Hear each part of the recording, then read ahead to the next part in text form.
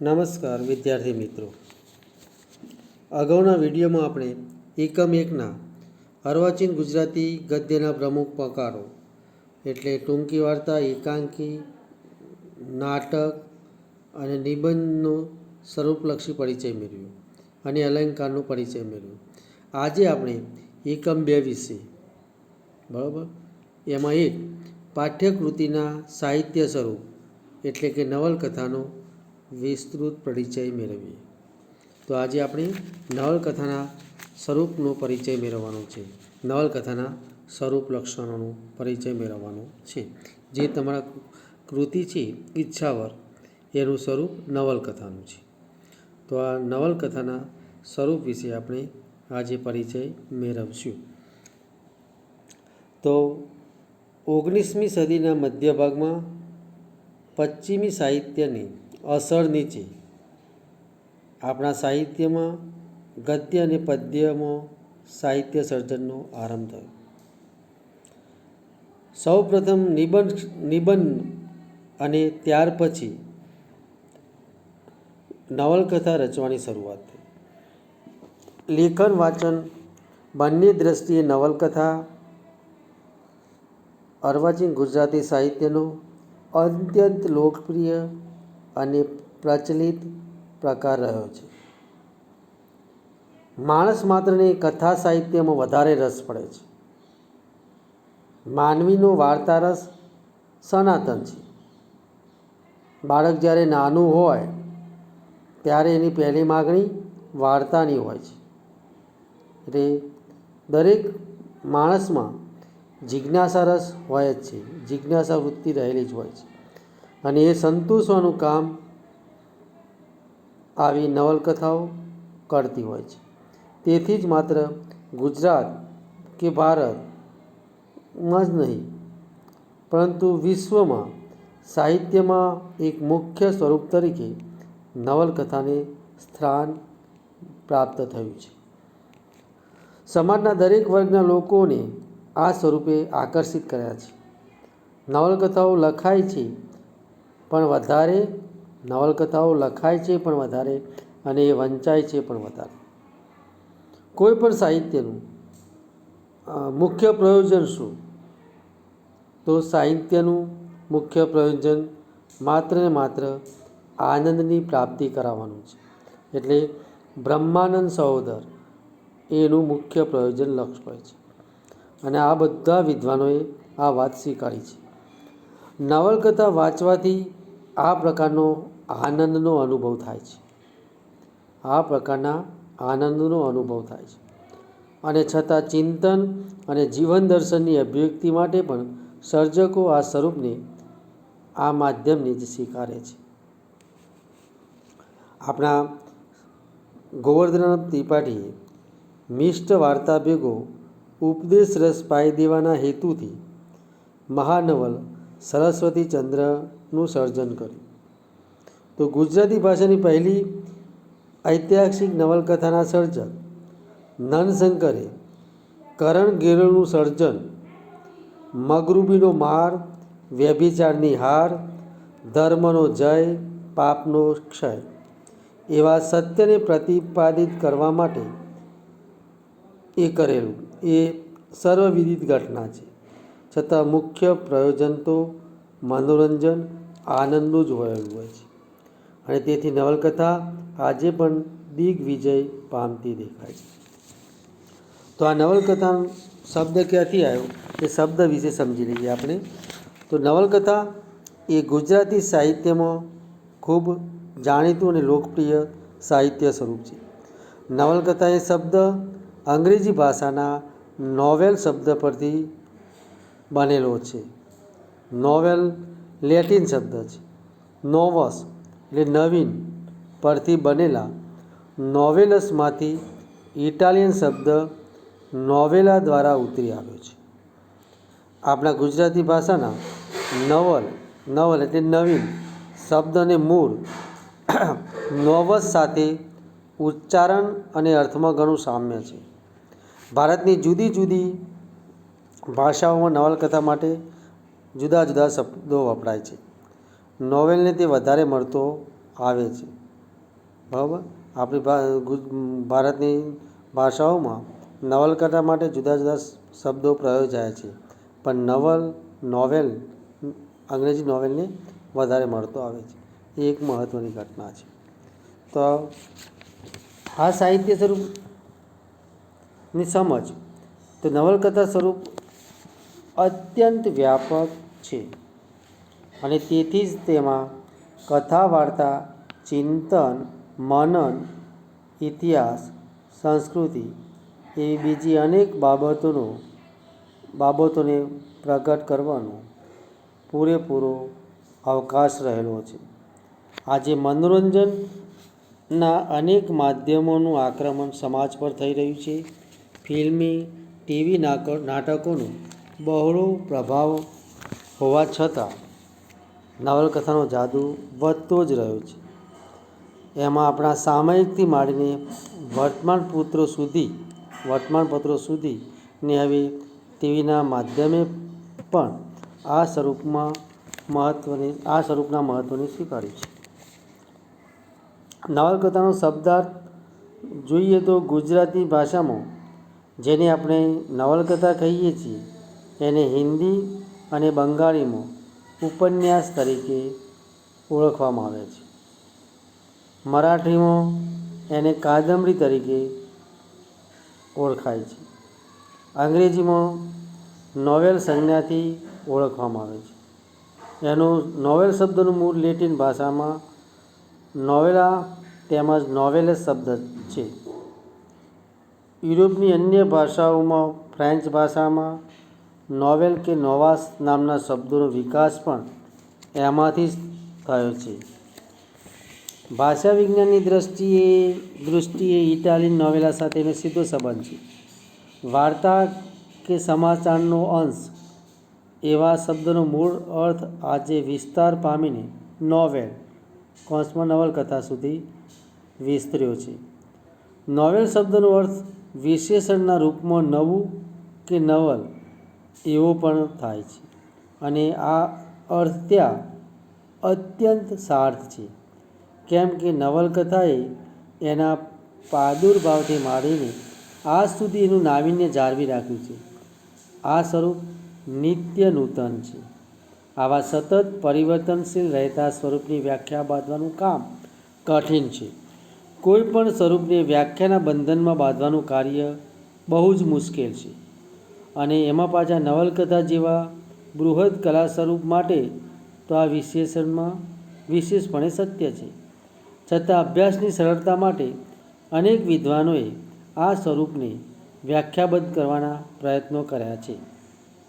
આપણે હવે જુદા જુદા વિદ્વાનોને આ સ્વરૂપને સમજાવતી વ્યાખ્યાઓ જોઈશું. Henry James the art of ફિક્શનમાં કહે છે, નવલકથાની વ્યાખ્યા આ પ્રમાણે આપે છે.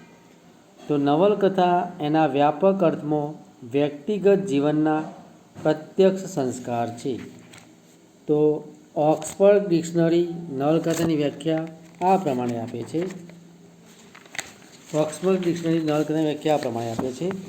તો પ્રમાણમાં દીર્ઘ એવી ગદ્યમાં રચાયેલી કલ્પિત કથા, જેમાં સંકુલતા ધરાવતી વસ્તુ સંકલનને આશ્રયે વાસ્તવ જીવનના પ્રતિનિધિરૂપ કાર્યોનું અને માનવીઓનું આલેખન કરવામાં આવ્યું હોય. ચેમ્બર્સ 20th સેન્ચુરી ડિક્શનરી મુજબ વાસ્તવ જીવનને ખાસ કરીને નવલકથામાં સ્થાન પામેલા સ્ત્રી પુરુષોના જીવનમાં પ્રગટેલા તુમુલ આવેગોને આલેખતી ગદ્યમાં રચાયેલી કલ્પિત કથા. ફિલ્ડિંગ નવલકથાને a cosmic epic in prose કહે છે. કલેરા રીવ નવલકથાની વ્યાખ્યા પ્રમાણે આપે છે, નવલકથા જેમાં સમયનું એ સમયના વાસ્તવિક જીવનનું અને રીતિઓનું ચિત્ર છે. સ્ટેન્ડલ નવલકથા વિશે કહે છે, નવલકથામાં પસાર થતા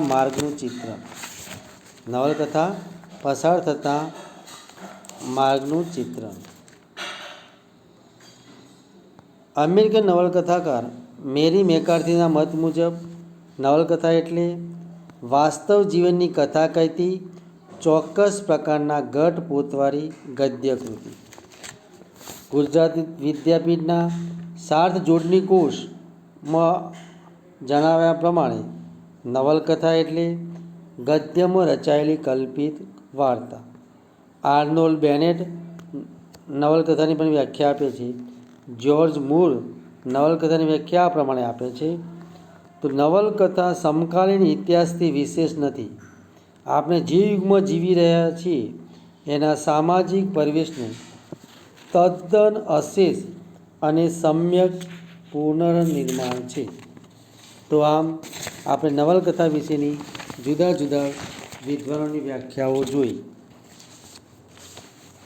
તો આ નવલકથાને વ્યાખ્યાબદ્ધ કરવાના અનેક પ્રયત્નો થયા છે, પણ તેમાંથી એક પણ વ્યાખ્યા સ્વયં સંપૂર્ણ નથી. આમ પણ કોઈ પણ સ્વરૂપને વ્યાખ્યાના ચોકઠામાં બાંધી શકાય નહીં. સ્વરૂપ મુક્ત છે, સ્વૈરવિહારી છે. નવલકથા એ અખાના પેલા પંખી જેવી છે. પંખીની જેમ એ કદી વ્યાખ્યાની જાળમાં સપડાતી નથી. સપડાઈ હોય એમ લાગે છે, પણ તે તો તેનો પડછાયો જ હોય છે. અને તેથી આ બધી વ્યાખ્યાઓ નવલકથાને પામવાના પ્રયત્ન જેવી બની રહે છે. અને આ પ્રયત્નમાંથી જ નવલકથાના કેટલાક સર્વમાન્ય લક્ષણો તારવી શકાય. નવલકથાની કેટલીક વ્યાખ્યાઓમાંથી તરી આવતી વિશેષતાઓ આ પ્રમાણે છે. એમાં એક, નવલકથા મુખ્યત્વે ગદ્યના માધ્યમમાં જ લખાય છે. એ રીતે પદ્ય સ્વરૂપો કરતાં એ અલગ પડે છે. 2. નવલકથાની કથન રીતિ સુશ્લિષ્ટતાની અપેક્ષા રાખે છે. વળી એ પ્રમાણમાં દીર્ઘ કરા સ્વરૂપ છે. 3. વાસ્તવિક જીવનને એ નવલકથાની વસ્તુ સામગ્રી બને છે. જો કે તેમાં કથા વાર્તા છે, કલ્પના અને અવકાશ છે. 4. નવલકથાના સર્જકે પોતાના સર્જન પાછળ કોઈક વિશિષ્ટ હેતુ રાખેલ હોય છે. લગભગ બધા લેખકોએ નવલકથા ગદ્યમાં જ લખાય એમ સ્વીકારી લીધું છે. જો કે એમાં થોડા અપવાદ છે. એરિક લિંકલેટરની રોલ ઓફ ઓનર અને ફિલિપ ટોઇમ્બીની પેન્ટેલુન સરંગ પદ્યમાં રચાયેલી નવલકથાઓ છે. નાબાકોની પેઇલ ફાયરમાં પણ પદ્યનો વિલક્ષણ ઉપયોગ થયેલો જોવા મળે છે. ગદ્ય જેને સૌથી અનુકૂળ માધ્યમ હોવા છતાં વિક્રમ શેઠ નામના લેખકે પણ ગોલ્ડન ગેટ નામની નવલકથા સોનેટ મારામાં સર્જીને એ સિદ્ધ કર્યું છે કે નવલકથા પદ્યમાં પણ સારી રીતે સર્જી શકાય છે. આમ નવલકથાના સ્વરૂપમાં અનેક શક્યતાઓ રહેલી છે. જો કે આ બધા અપવાદો છે. નવલકથા માટે ગદ્યનું માધ્યમ વધારે અનુકૂળ છે. ગદ્ય ક્યારેક પદ્યની નજીક જતું લાગે છે.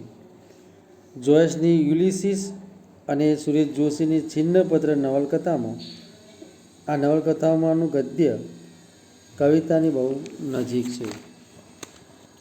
નવલકથા એ બૃહદ કલા સ્વરૂપ છે, દીર્ઘ કલા સ્વરૂપ છે.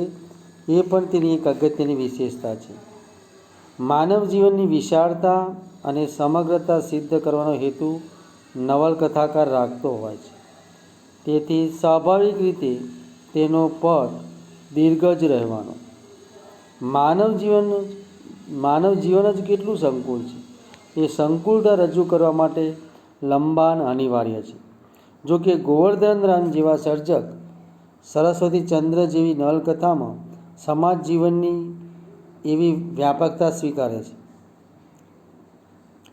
પન્નાલાલ પટેલ જેવા સર્જકો મળેલા જીવ જેવી નવલકથામાં ઓછા વ્યાપમાં પણ જીવનની વાસ્તવિકતા રજૂ કરે છે. ટૂંકમાં નવલકથાના વિષયવસ્તુ માટે જરૂરી હોય એટલું લંબાણ નવલકથામાં અપેક્ષિત છે. નવલકથા અમુક જ પાનાની હોવી જોઈએ એવી કોઈ શરત આ સ્વરૂપ સામે નથી. સર્જક ઈચ્છે એ પ્રમાણે પોતાની કૃતિનો વ્યાપ આપી શકે છે, આકાર આપી શકે છે. નવલકથામાં વાર્તા તત્વ હોવાથી આ સ્વરૂપ પ્રારંભથી આજ સુધી લોકભોગ્ય રહ્યું છે. આજે ભલે વિવેચકો ઘટના રૂપની વાત કરતા હોય, પરંતુ ઘટનામાં રસ માનવ માત્રને છે અને તેથી જ નવલકથામાં રસ સમાજની દરેક કક્ષાની વ્યક્તિને પડે છે. તેથી ભલે આછી પાતળી પણ ઘટના હોવી અનિવાર્ય છે. પાત્રના જીવનની સારી માટી ઘટનાઓ પ્રત્યેક વાચક સમસંવેદન અનુભવે છે. ઘટનાઓ પ્રત્યે વાચક સમસંવેદન અનુભવે છે. પાત્રોના જીવનની નિર્ણાયક પળોમાં કે તેમના તીવ્ર મનોમંથનોમાં આપણને રસ પડે છે. વળી કલ્પનાનું તત્વ હોવાને કારણે આ વાર્તા વધારે આસ્વાદ્ય લાગે છે. કુમુદ કે જીવીની પીડા કે સરસ્વતી ચંદ્ર કે કાનજીનું મનોમંથન આપણા પણ રસનો વિષય બને છે. નવલકથાની વ્યાખ્યાઓમાંથી જે સર્વસામાન્ય વિશેષતાઓ તારવી તેમાંથી સૌથી મહત્ત્વની વિશેષતા છે વાસ્તવના આલેખનની. સર્જકના કોઈ વિશેષ હેતુની વાસ્તવ જગત કે તેમાંના પ્રસંગો ઘટનાઓ એ નવલકથા માટેની કાચી સામગ્રી છે. નવલકથાકાર એક આગવા કળાવાસ્તવનું નિર્માણ કરે છે. કાચી સામગ્રીને રસપ્રદ બનાવવી એ નવલકથાકાર માટે મોટો પડકાર છે. સમયના એક નિઃસીમ પટ પર ઊભા રહીને નવલકથાકારને નિરાતે જીવનની વિવિધ છટાઓને નિરૂપવી હોય છે.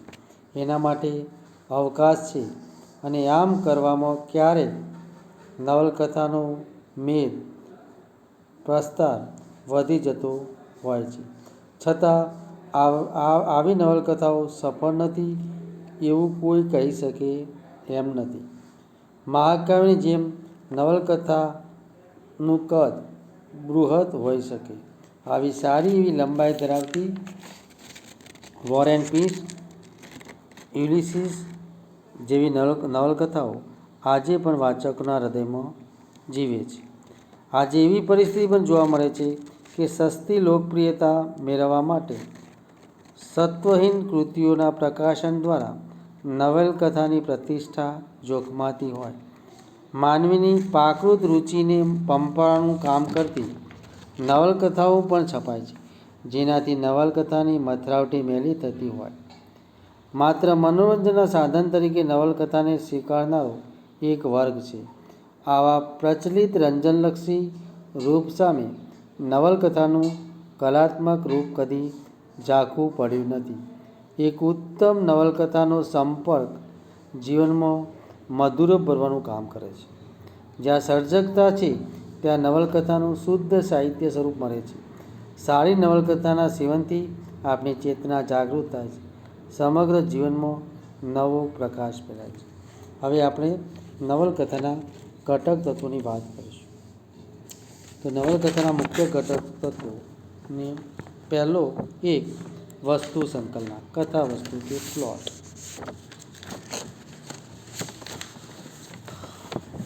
તો વસ્તુ સંકલન, પ્લોટ.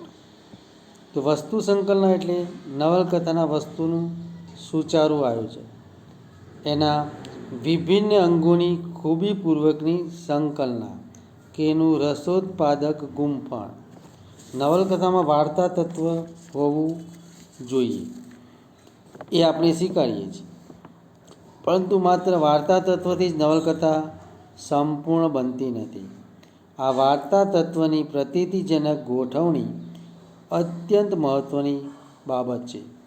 વાર્તા તત્વને પરિમાર્જિત થવું પડે છે. કોઈ પણ નવલકથાકાર માટે સુયોજિત વસ્તુ સંકલન કરવી અત્યંત જરૂરી છે. વિષયમાં નહીં તેટલી વિષયની માવજત કરવાની લેખકની કુશળતામાં જ મનોરંજનની ગુણવત્તા સમાયેલી છે. E.M. ફોસ્ટરે બહુ મજાનું દ્રષ્ટાંત આપ્યું છે આ વસ્તુને સમજવા માટે, કે રાજા મરી ગયો અને રાણી મરી ગઈ. એ વાર્તા એટલે કે કથા છે. રાજા મરી ગયો અને રાણી પણ મરી ગઈ, તો એ વાર્તા એટલે કે કથા છે. જ્યારે રાજા મરી ગયો અને તેના શોકમાં રાણી મરી ગઈ એમ કહેવું એ વસ્તુ સંકલનના પ્લોટ છે. નવલકથાના વસ્તુની સુચારું આયોજન, એના વિભિન્ન અંગોની ખૂબીપૂર્વકની સંકલના નવલકથાના સ્વરૂપની અનિવાર્ય શરત છે. માનવીની ભવાઈ કે યુલિસિસ જેવી નવલકથાની સફળતાનો આધાર તેમની વસ્તુ સંકલના પર રહેલો છે. અલબત્ત વાર્તા તત્વ વિના નવલકથા સંભવિત નથી. વાર્તા તત્વ એ નવલકથા સ્વરૂપની કરોડરજ્જુ સમાન છે. પરંતુ વધારે મહત્ત્વનું એ છે કે એ વાર્તા તત્વની ગોઠવણી કેટલી હદે પ્રતીતિજનક બને છે. તેથી જ વસ્તુ સંકલનનું મહત્ત્વ ઘણું વધારે છે. ઘટના નાની પણ હોઈ શકે, મોટી પણ હોઈ શકે, પરંતુ એ ઘટના કઈ રીતે નિરૂપાય છે એ મહત્ત્વનું છે. નવલકથામાં પછી શું પ્રશ્ન પૂછીએ ત્યારે ઘટના મળે છે, પરંતુ આમ શા માટે થયું એ પ્રશ્ન પૂછતા સંકલના મળે છે. વસ્તુ સંકલના દ્વારા જ સર્જક પોતે પણ વ્યક્ત થઈ શકે છે. પરંતુ આ વસ્તુ સંકલન જો યોગ્ય રીતે ન થાય તો નવલકથાના કલા સ્વરૂપને હાનિ પહોંચે છે. આ અંગે ડૉક્ટર ધીરુભાઈ ઠાકર લખે છે, તો વસ્તુનું વાર્તાનું હાડ કહેવાય છે કે લેખક વસ્તુની પસંદગી અને તેના રસસ્થાનોની ચકાસણી કરીને વાર્તાનું કાઠવું નક્કી કરી લે છે. વસ્તુ વાચકના કુતૂહલને સંતોષે તેવી ઘટનાઓ પૂરી પાડે છે, એ ખરું, પણ નવલકથામાં વસ્તુ સર્વોપરી નથી. વાચકની સ્થૂળ જિજ્ઞાસાને ઉત્તેજે તેવી ઘટનાઓની પરંપરા ગોઠવીને કેટલાક નવલકથાકારો ઇતિ કર્તવ્યતા માને છે. આવી ઘટના પ્રધાન નવલકથાઓને ગુજરાતી સાહિત્યમાં તોટો નથી. સ્થળકાળની મર્યાદાઓને અવગણીને અદ્ભુત સાહસો, ચમત્કારો ઇત્યાદિ મસાલેદાર ઉત્તેજક પ્રસંગો દ્વારા વાચકના ચિત્તને સતત જકડી રાખવા મથતી જાસૂસ કથાઓ, સાહસ કથાઓ કે શૌર્ય કથાઓનો આપણા સાહિત્યમાં મોટો જથ્થો છે. ઉચિત હોય કે અનુચિત, સંભવિત હોય કે અસંભવિત, પણ કશુંક નવું આપવું એ સ્થૂળ અર્થમાં નવલ શબ્દને અન્વર્થ નવીન, કુતૂહલ પ્રેરક તત્વોનો પુરસ્કાર કરતી આવી વાર્તાઓ વાસ્તવિકતામાંથી ગાપચી મારીને વાચકને કોઈક નવી જ વિચિત્ર દુનિયામાં લઈ જાય છે અને તેથી રુચિને વિકૃત નહીં તો કુંઠિત તો કરી જ દેશે. આવી નવલોનો વાચક વર્ગ બાળકોની કક્ષાથી આગળ વધતો નથી. વસ્તુનું એકાંકી નિરૂપણ આમ નવલકથાની બાહ્ય તેમજ આંતર રચનાને કઢંગી બનાવી દે છે. તો આપણે આ અવતરણ ધીરુભાઈ ઠાકરનું જોયું. તો વસ્તુ સંકલનમાં સમયનું તત્વ પણ અનેક રીતે મહત્ત્વનું બને છે. વાર્તા એટલે ઘટનાઓનું તેના ઉચિત સમયાનુક્રમને અનુસરીને થતું કથન. વાર્તામાં રાજા માદો પડે પછી જ મૃત્યુ પામે, પહેલાં મૃત્યુ પામે અને પછી માદો પડે એમ બની શકે નહીં. ઘટનાઓના સમયક્રમ દ્વારા લેખક વાચકોની જિજ્ઞાસાને ઉત્તેજિત કરે છે, સતેજ રાખે છે. લેખક સમયના ક્રમને ઉલટાવી શકે, ઘડીકમાં ભૂતકાળની તો ઘડીકમાં વર્તમાનની વાત કરી શકે, નવો સમય સંદર્ભ રચી શકે, પણ તે સમયાનુક્રમની ઉપેક્ષા ન કરી શકે. વસ્તુ સંકલનના બે પ્રકાર પાડી શકાય. એક છે વસ્તુ સંકલન અને બીજી સુગ્રથિત વસ્તુ સંકલના. શિથિલ વસ્તુ સંકલનનું સ્વરૂપ ઘણીવાર કથન કેન્દ્ર ઉપર આધારિત હોય છે. જેમ કે ભદ્રમ ભદ્ર જેવી હાસ્યપ્રધાન નવલકથામાં વસ્તુ સંકલના કૃતિને પોષક બને એ માટે ભાષાથી માંડી તમામ સ્તરે અતાર્કિક કે અતિશયોક્તિપૂર્ણ લાગે છે. આમ વસ્તુ સંકલનના અનેક પાસા છે. વિષયને સંપૂર્ણપણે પામી લીધા પછી સર્જક અનુકૂળ વસ્તુ સંકલના દ્વારા નવલકથાનું નિર્માણ કરે ત્યારે ઉત્તમ સર્જન બને છે. હવે આપણે કથા વસ્તુ પ્લોટ વસ્તુ સંકલન વિશે જોયું. હવે આપણે બીજો મુદ્દો જોઈશું, ચરિત્ર નિર્માણ, પાત્રાલેખન. તો નવલકથા પછી બીજું મહત્ત્વનું અંગ છે પાત્રાલેખન. આ એનું બીજું મહત્ત્વનું ઘટક તત્વ છે. કોઈપણ નવલકથામાં ચરિત્ર ચિત્રણ, પાત્રાલેખન અવશ્ય આવે છે. પાત્રો વિના કોઈ પણ નવલકથા શક્ય નથી. પાત્રોની અંદર બે પ્રકારના પાત્રોનો સમાવેશ થાય છે. નવલકથામાં પુરુષ પાત્રો અને સ્ત્રી પાત્રોનું નિરૂપણ થાય છે. નવલકથામાં કેટલાક સ્થિર પાત્રો હોય છે, જ્યારે કેટલાક પાત્રો ગતિશીલ હોય છે. કૃતિમાં સ્થિર પાત્ર કરતાં ગતિશીલ પાત્રો વિશેષ મહત્ત્વના બની રહે છે. કોઈ પણ નવલકથામાં એક પાત્ર મુખ્ય હોય છે અને બીજા ગૌણ સ્થાને હોય છે.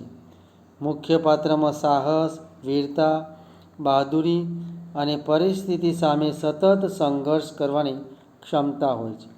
નવલકથાનો નાયક પ્રભાવશાળી અને અન્યને દોરનાર હોય છે.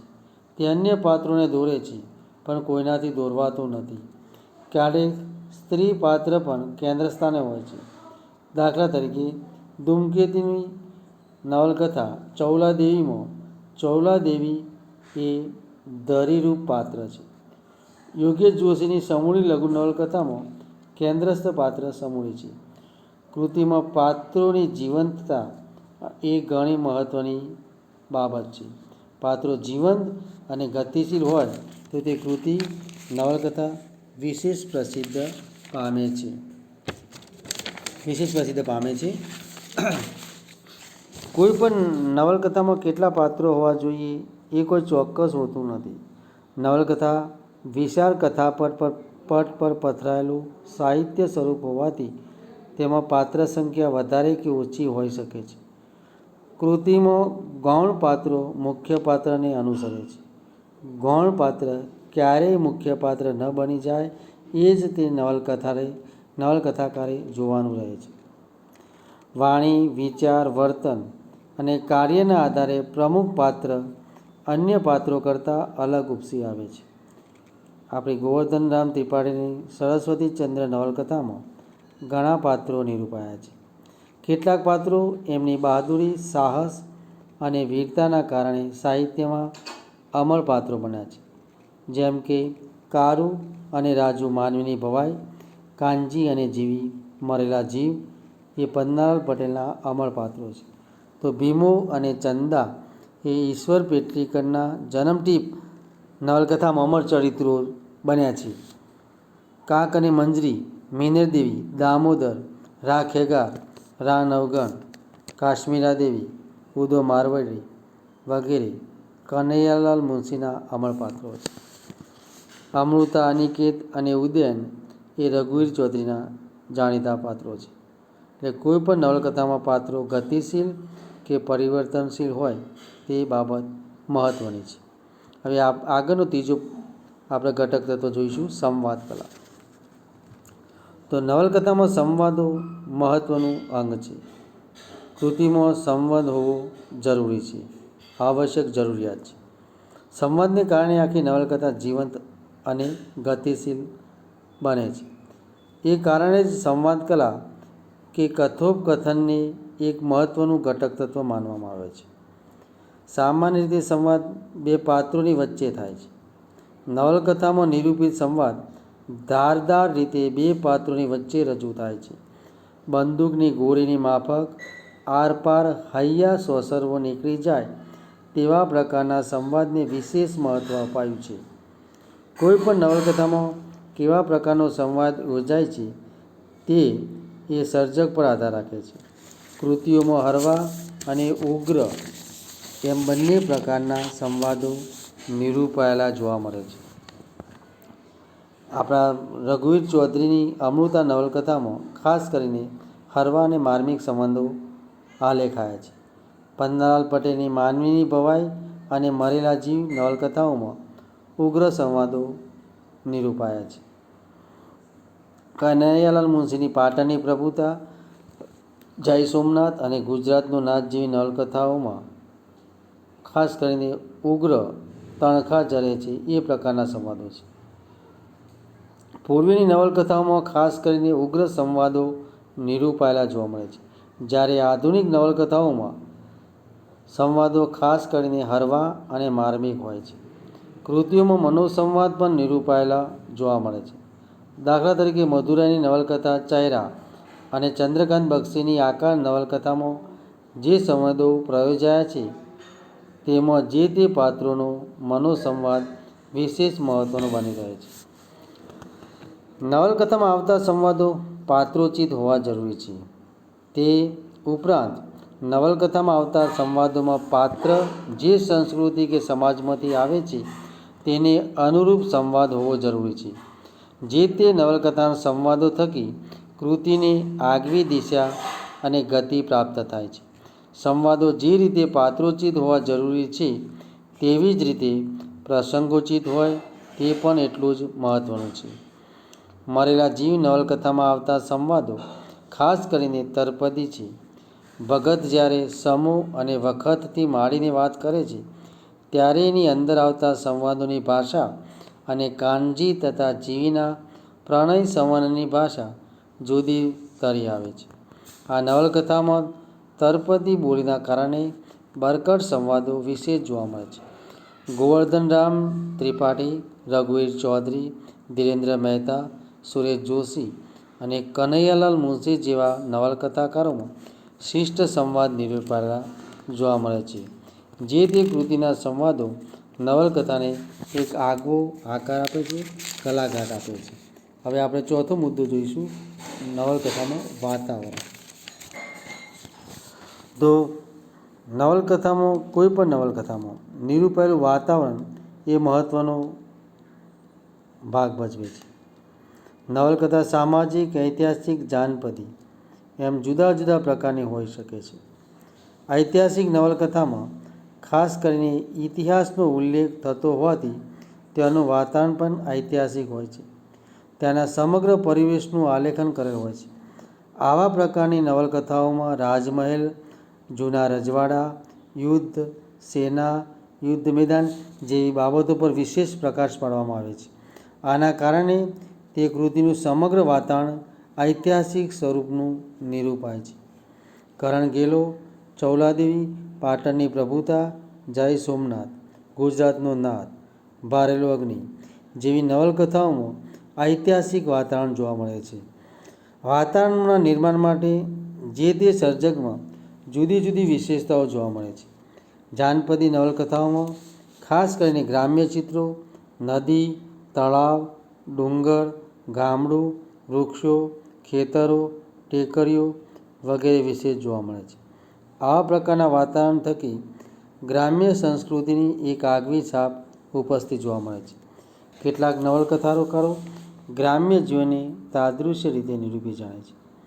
પન્નાલાલ પટેલ કે ઈશ્વર પેટલીકરની નવલકથાઓ વાંચતી વખતે તેમની કૃતિઓમાં આલેખાયેલા આખો માનવ સમાજ જાણે આંખની સામે જ તરવડી ઉઠતો હોય એવી પ્રતીતિ થયા વિના રહેતી નથી. નવલકથાઓમાં નિરૂપિત કહેવતો, રૂઢિપ્રયોગો, લોકબોલી, ગાણાના લય, લઢણ, લયકા, ગ્રામજીવન, તેમના રીતરિવાજો, રહેણીકરણી, ઈર્ષ્યા, પ્રેમ, હર્ષ, શોક, વહેમ, અંધશ્રદ્ધા ઇત્યાદિનું ભરપૂર આલેખન સર્જકોની કૃતિઓમાં જોવા મળે છે. શહેરી જીવનને આલેખતી નવલકથાઓમાં શહેર, કારખાના, રસ્તાઓ, વાહનો, મોટરગાડી, મિલ, ઘોંઘાટ, પ્રદૂષણ, માનવોનો સંઘર્ષ, માનસિક તાણ, ભીષ, નિરાશા, હતાશા, લોહીનો વેપાર, અશ્રદ્ધા, દિશાશૂન્યતા વગેરે બાબતો નિરૂપાતી હોવાથી તેનું વાતાવરણ વિશિષ્ટ પ્રકારનું નિરૂપાયેલું જોવા મળે છે. સાહિત્યના રસિક ભાવકોને શહેરી વાતાવરણ કરતાં ગ્રામ્ય વાતાવરણ, ગામડાની પ્રકૃતિ વિશેષ આકર્ષે છે. આમ વાતાવરણ એ નવલકથાનું એક મહત્ત્વનું ઘટક તત્વ છે. આગળનો મુદ્દો પાંચમો, ભાષાશૈલી. તો ભાષાશૈલી વિશે આપણા જાણીતા કવિ ઉમાશંકર જોશી કહે છે તેમ શીલ તેવી શૈલી. તો વ્યક્તિનું જે પ્રકારનું શીલ અર્થાત ચારિત્ર્ય હોય તે પ્રકારની શૈલી તેની કૃતિમાં આલેખાયેલા છે. નવલકથાના સંદર્ભમાં જોઈએ તો કૃતિની ભાષા શૈલી એ મહત્ત્વનું ઘટક તત્વ છે.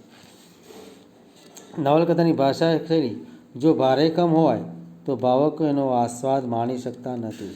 જે નવલકથાની શૈલી સાદી, સરળ અને મિતાક્ષરી હોય તે કૃતિ વિશેષ પ્રસિદ્ધિ મેળવે છે. ગાંધીજી ભાષા શૈલીના સંદર્ભમાં એવો અભિગમ દાખવતા કે ગામડિયું સમાજના નીચલા સ્તરનો વ્યક્તિ પણ સમજી શકે, એક કોશ આગતો કોશિયો પણ સમજી શકે તેવા પ્રકારની ભાષા કૃતિમાં નિરૂપવી જોઈએ. નવલકથાની ભાષા સાદી, સરળ અને તરલ હોય તે ખૂબ જ આવશ્યક છે.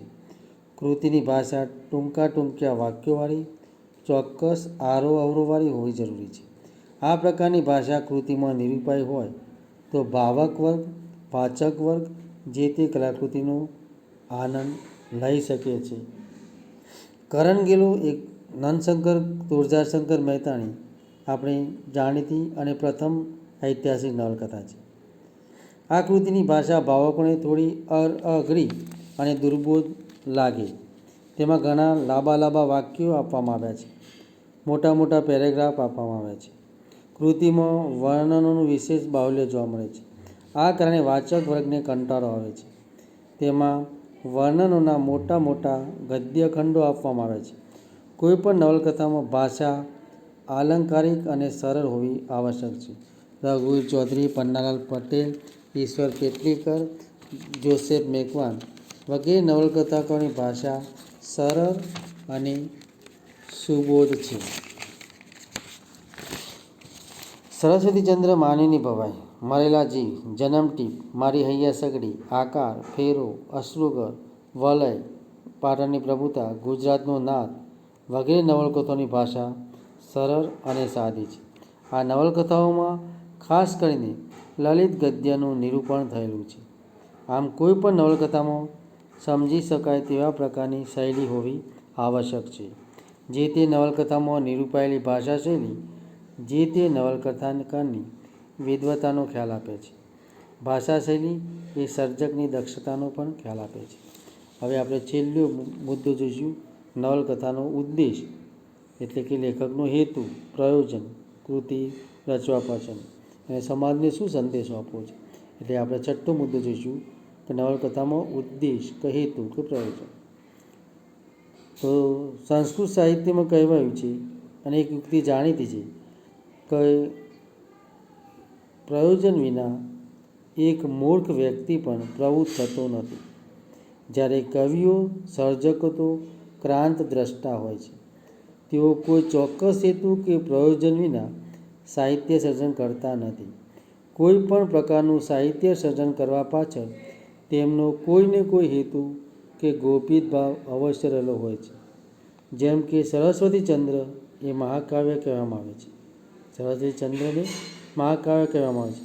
અહીં સમગ્ર સંસ્કૃતની કથા આલેખાઈ છે. જો વાચક વર્ગને કે ભાવકોને સીધો જ કોઈ ઉપદેશ આપવામાં આવે તો તેમને ગમતો નથી. કોઈ વાર્તાની સાથે મિલાવટ કરીને બોધ આપવામાં આવે તો ઉમંગભેર તે બોધને સાંભળે છે અને જીવનમાં ઉતારવા પ્રેરાય છે. સરસ્વતીચંદ્રમાં ગોવર્ધન રામે સંસ્કૃતિની કથા તો નિરૂપી છે જ, પણ તે પાછળ સંસાર સુધારો કે સમાજ સુધારણાની વાત પણ ગોપિત રૂપે આલેખી છે. અમે આ છેલ્લો મુદ્દો જોઈશું આપણે સંઘર્ષ. તો આપણે નાટક એકાંકીની ચર્ચામાં જોયું હતું કે નાટક માટે તો સંઘર્ષ એ પ્રાણ છે, નાટકનો આત્મા કહેવાયું છે.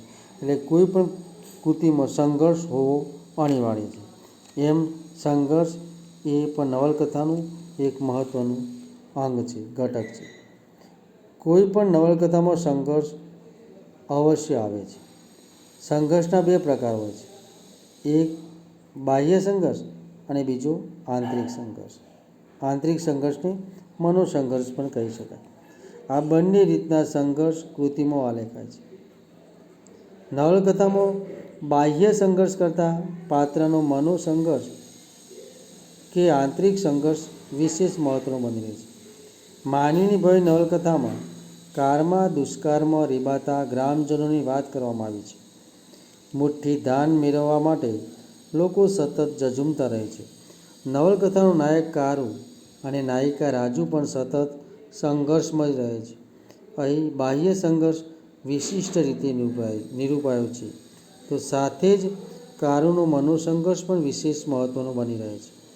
રવ દેસાઈની ભારેલો અગ્નિ નવલકથામાં રુદ્રદત્તનો મનોસંઘર્ષ વિશેષ મહત્ત્વનો બની રહે છે. કિશોરસિંહ સોલંકીની મસાળી લઘુ નોવેલમાં આંતરસંઘર્ષ ઘેરો બને છે. ગોવર્ધનરામની સરસ્વતીચંદ્ર નવલકથામાં આંતર અને બાહ્ય સંઘર્ષ નિરૂપાયો છે. આમ નવલકથામાં સંઘર્ષ એક મહત્ત્વનું ઘટક તત્વ છે. તો મિત્રો, આપણે નવલકથાની વ્યાખ્યાઓ, નવલકથા શબ્દનો અર્થ, એના સ્વરૂપ અને એના ઘટક તત્વોની ચર્ચાઓ કરી. તો એકમ એકના સ્વરૂપ લક્ષણ એક પૂરું. હવે આવતા વિડીયોમાં આપણે રઘુવીર ચૌધરીના જીવન અને કવન વિશે વાત કરીશું.